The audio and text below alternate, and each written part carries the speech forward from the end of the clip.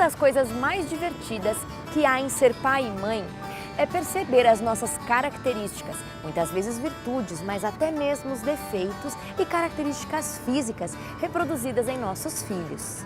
E assim, é certo que você e eu também carregamos dezenas de características comportamentais e genéticas dos nossos familiares. É possível vê-los em nós, muitas vezes um avô, um tio, um sobrinho. É possível perceber o quanto nós nos parecemos e isso nos faz ser família. É interessante notar que não são somente os laços genéticos que fazem com que as pessoas sejam semelhantes. Você já observou casais casados de longa data? Muitas vezes ficam parecidos não somente de comportamento, mas até fisicamente. E também os filhos adotivos. Você já percebeu que é possível olhar para um deles e perceber, mas que engraçado, como se parece com o pai? Ou dizer, como tem o gênio da mãe? Isso nos faz perceber que existem muito mais questões comportamentais e afetivas do que simplesmente a genética pode carregar. E nessa questão de genética espiritual, você sabe que foi criado com o DNA do seu próprio Deus. Aquele que te criou e formou, colocou em suas veias, na sua pele e em todo o seu corpo o DNA da natureza divina. Mas você sabe também que esse DNA foi manchado pelo pecado e você é levado a gostar e fazer coisas que não são agradáveis a Ele.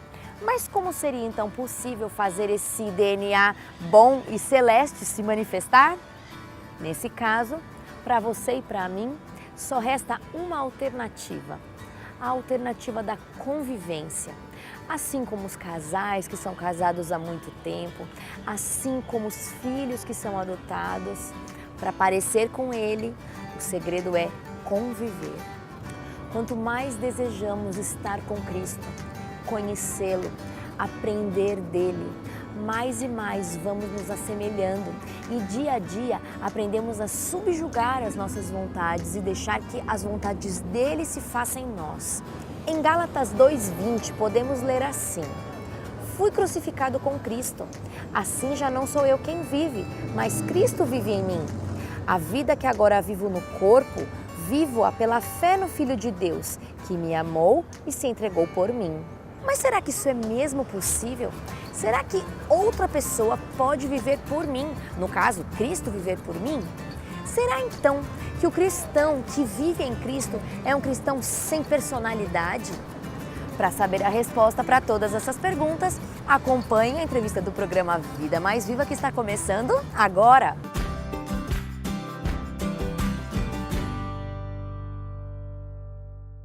Esse é o programa Vida Mais Viva e de coração a gente está muito feliz pela tua companhia de toda semana. Se é a primeira vez que você nos assiste, seja bem-vindo. Esse é o programa Vida Mais Viva, um programa que fala sobre bem-estar em todas as áreas da sua vida, porque é isso que a gente deseja, que você viva melhor em todas as esferas, que você tenha melhor vida física, vida social, vida familiar, afetiva, espiritual, e por isso que nós estamos aqui. E já gostaria de começar o programa de hoje fazendo um convite, que você possa conversar com a gente. Na verdade, é um agradecimento a você que tem falado com a gente, um beijo especial porque você dedica tempo escrevendo para nós, e também um convite para você que nunca conversou com a gente do programa Vida Mais Viva. Mas como você pode fazer isso? Nós estamos nas redes sociais. Como é que você pode falar com o programa Vida Mais Viva? Através do Facebook, entrar e curtir nossa página, através do YouTube, do nosso canal, pode entrar, compartilhar, ver várias vezes os programas atuais e os passados. E você também pode entrar lá no blog da TV Novo Tempo, no blog do programa Vida Mais Viva, novotempo.com/Vida Mais Viva. E esse programa, para você que não sabe, que começou a nos acompanhar há pouco tempo, como eu falei, talvez seja a primeira vez, esse programa é gravado na Igreja Adventista do Sétimo Dia de São Caetano do Sul. Nós estamos aqui em São Paulo, mas você que esteja em qualquer lugar do mundo que pode assistir a Novo Tempo, pode ficar se perguntando, eu gostaria de visitar uma igreja como a Igreja de São Caetano, onde é gravado o programa Vida Mais Viva. Como é que você pode fazer isso? Você pode entrar no site que está aparecendo aqui no seu vídeo, Encontre uma Igreja. Você vai encontrar, você pode fazer a pesquisa através do endereço ou do CEP da sua residência e você vai encontrar um endereço mais próximo, onde tem uma igreja adventista mais perto de você. Nas igrejas adventistas são falados sobre muitos assuntos dos quais você vê aqui na TV Novo Tempo, mas também relacionados a como viver melhor em todas as áreas da vida e que você descubra que existe alguém que viveu por você, que morreu por você, que ressuscitou por você, que vai te dar uma oportunidade de viver uma nova vida. E nós estamos falando nessa série do programa Vida Mais Viva justamente sobre vida. E é sobre isso que a gente vai falar agora. No último programa, nós falamos sobre Cristo como sendo a vida. A pessoa dele é a vida. Mas ele não vive a vida só em si mesmo. Essa vida é estendida a mim e a você. Sobre isso que nós vamos falar hoje, sobre Cristo dando a vida para nós. E quem é que vai falar sobre esse assunto com a gente? São as pessoas que você já conhece, já confia e sempre conversa também. Pastor Chaguri e professor Muniz, tudo bem com vocês? Tudo bem, Mariana, tudo bem, Muniz. Estamos felizes mais uma vez de participar do programa e espero que esse tema seja relevante para a vossa vida e que você tenha muita paz no seu coração. Professor Muniz? E isso mesmo, vamos falar, né, da essência da vida. Com certeza vai ser mais um momento agradável. Nós aprendemos então que Cristo em si mesmo, a vida é uma pessoa, não é isso que nós falamos no último programa? Essa vida é estendida a mim, a você e a quem nos assiste. Mas como é isso? Como é essa história de viver em Cristo, vida em nós, Cristo? Expliquem para mim como é que funciona isso. Interessante é o seguinte, Cristo ele não somente ele invade, entra na nossa história, mas ele vive em nós, ele atua em nós, que dá uma ideia de habitar em nós. Quando você pega, por exemplo, o texto de 1 João, capítulo 5, verso 11, estou lendo aqui no meu iPad, diz assim, e o testemunho é esse, que Deus nos deu a vida eterna e esta vida está no seu Filho. E aqui eu quero destacar, aquele que tem o Filho tem a vida. Aquele que não tem o Filho de Deus não tem a vida. Então, a ideia que se passa, esta última parte do texto, é uma dádiva de Deus. Né? É como se nós tivéssemos uma posse, é Cristo habitando em nós, atuando em nós. E o apóstolo Paulo, ele menciona isso. Como isso acontece?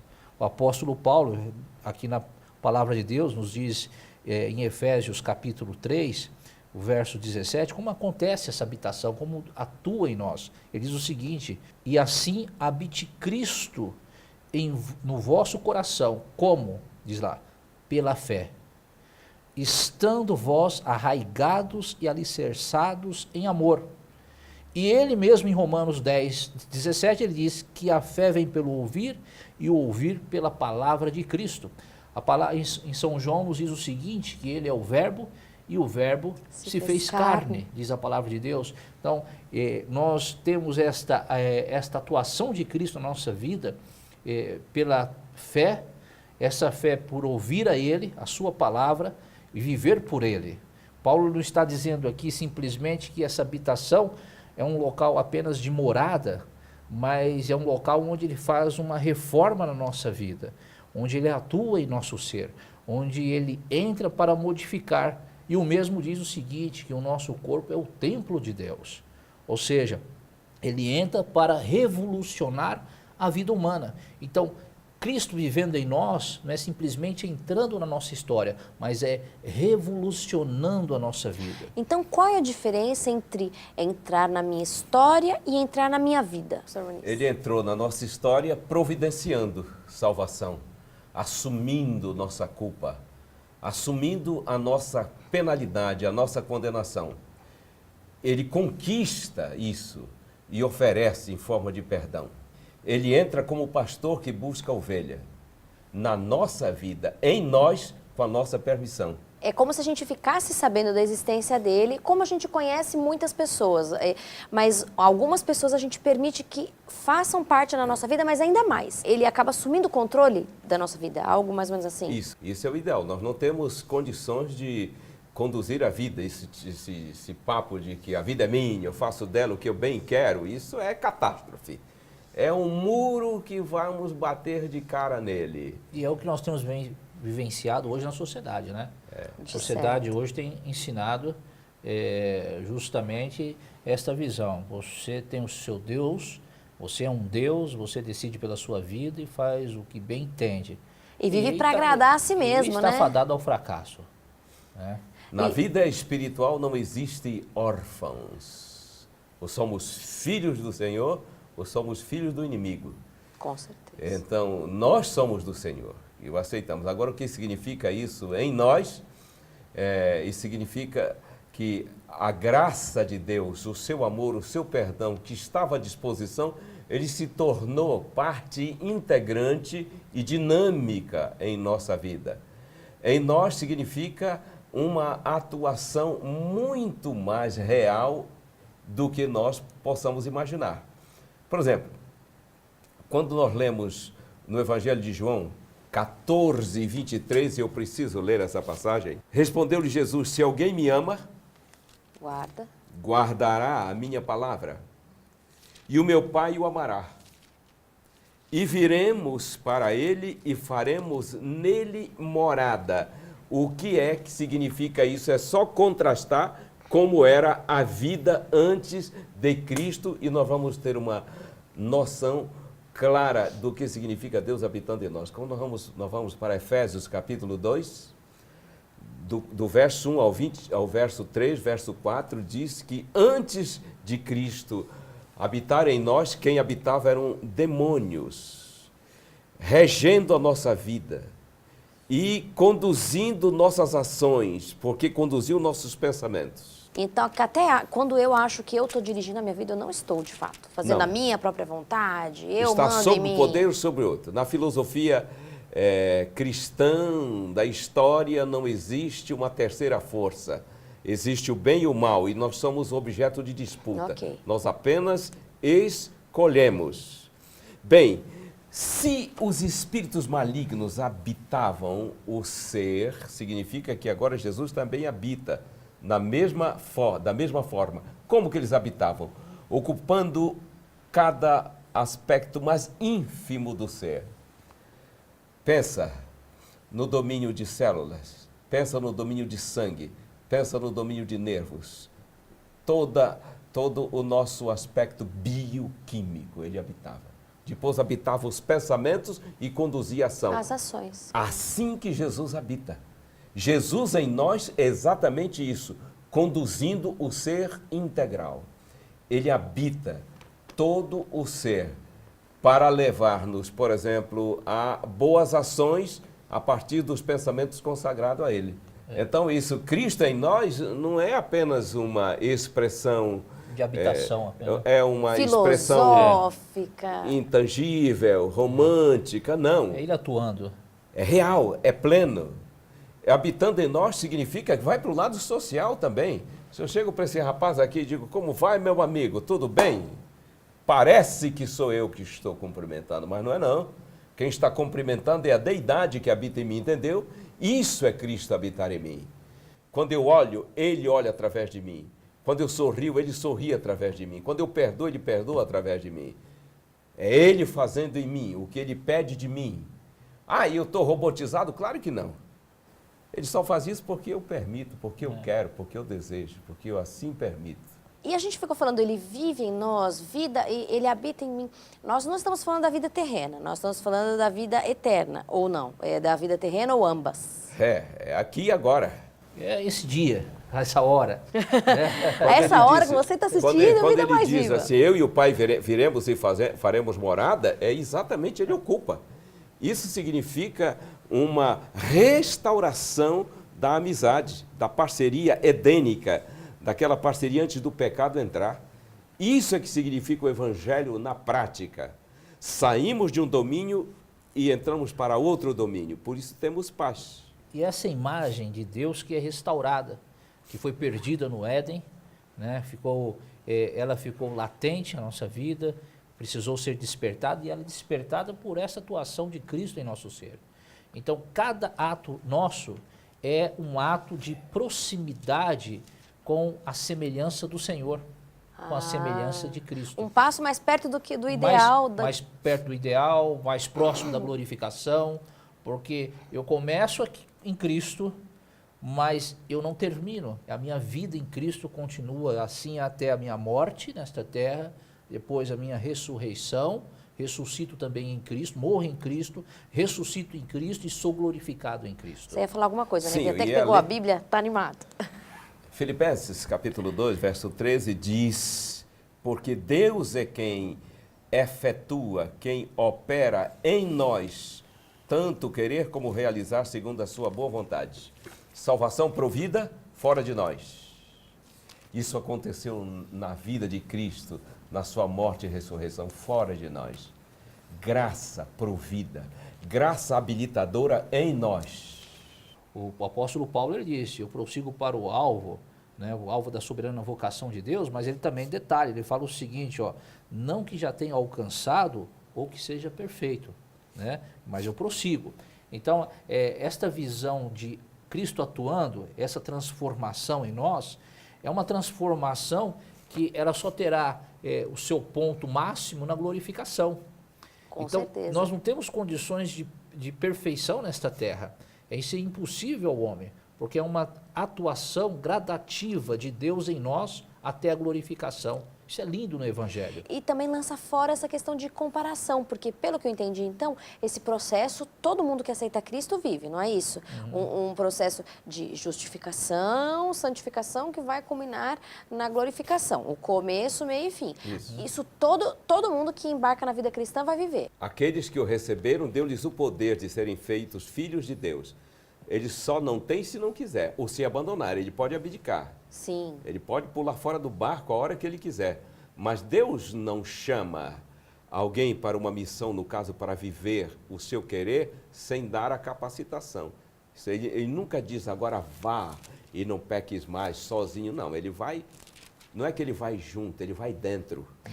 Nós não falamos que ele é o caminho, que ele é a verdade no último programa, né? Ele é o caminho, ele é a verdade, ele é a vida. Ele é por onde eu devo caminhar, ele é daquilo que eu devo aprender e é aquilo que vai viver em nós, né? E por isso o apóstolo Paulo, em 1 Coríntios, pegando esse gancho aqui, em 1 Coríntios capítulo 10, verso 13, não veio sobre vós tentação senão humana, e é fiel Deus que não vos deixará cair em uma tentação que não podeis resistir. Antes, ele dará também o escape, diz a palavra de Deus. Ou seja, o fato de Jesus atuar na nossa vida, estar atuando em nossa vida, não nos dá o direito, pela nossa experiência espiritual, de julgar a experiência espiritual do outro. Exato, você tocou um ponto importantíssimo, essa questão de comparação. Não existe isso, né? Não, ou pelo menos não deveria existir. O julgamento, a obra que Deus está fazendo na minha vida é personalizada, que é diferente da sua, que é diferente da sua, que é diferente de quem está assistindo. E não nos cabe julgar, né? O Senhor Deus, Ele não purifica para salvar. Ele salva para purificar. Isso Então, é fantástico, né? Exatamente, porque aí Tremendo. se você fica tentando ser justo aos olhos de Deus, você está lascado. Então, aí você pode Perdão dizer até pela assim, palavra. mas eu sou cristão, eu decidi seguir a Jesus, mas olha, eu vou dizer uma coisa, é difícil, viu? Eu me sinto, como dizia um rapaz, eu sou tão mal agradecido porque eu tenho tantas tendências, eu tenho tantas taras. E eu falei, rapaz, foi para isso que Jesus te salvou, ele não purifica para salvar, ele salva para purificar. Porque se você olha desse prisma, é difícil demais ser cristão, não é? Se você, dependendo de como você olha, é por isso que eu pergunto, é fácil ou é difícil? O que vocês acham? O Senhor Jesus diz o seguinte, no mundo tereis aflições, mas tem de bom ânimo porque eu venci o mundo. Né? Ele venceu e a gente tem condições de vencer porque Ele está em nós, somos de Cristo. Essa que é toda Entendeu? a diferença. Essa é a diferença. A purificação, ela se dá pós-Senhor.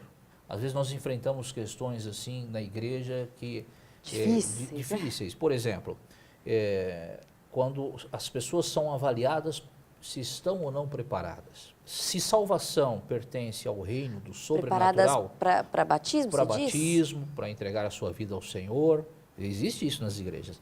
Então, se salvação, é uma pergunta que eu faço, se salvação pertence ao reino sobrenatural, pertence a Deus, Deus atuando no homem, Deus na cruz e Deus no homem, qual a base ou qual o critério que o homem tem para avaliar algo sobrenatural quando ele vive no mundo natural? Ele não tem critério. Então, Por isso que a gente tem que tomar muito cuidado da forma como avaliamos aqueles que estão ao nosso redor, baseado na nossa experiência espiritual. Quando Paulo ele fala o seguinte, olha, não sou eu mais quem vivo, mas Cristo vive em mim. Paulo ele está despojando-se do eu para viver para Cristo. Viver em Cristo.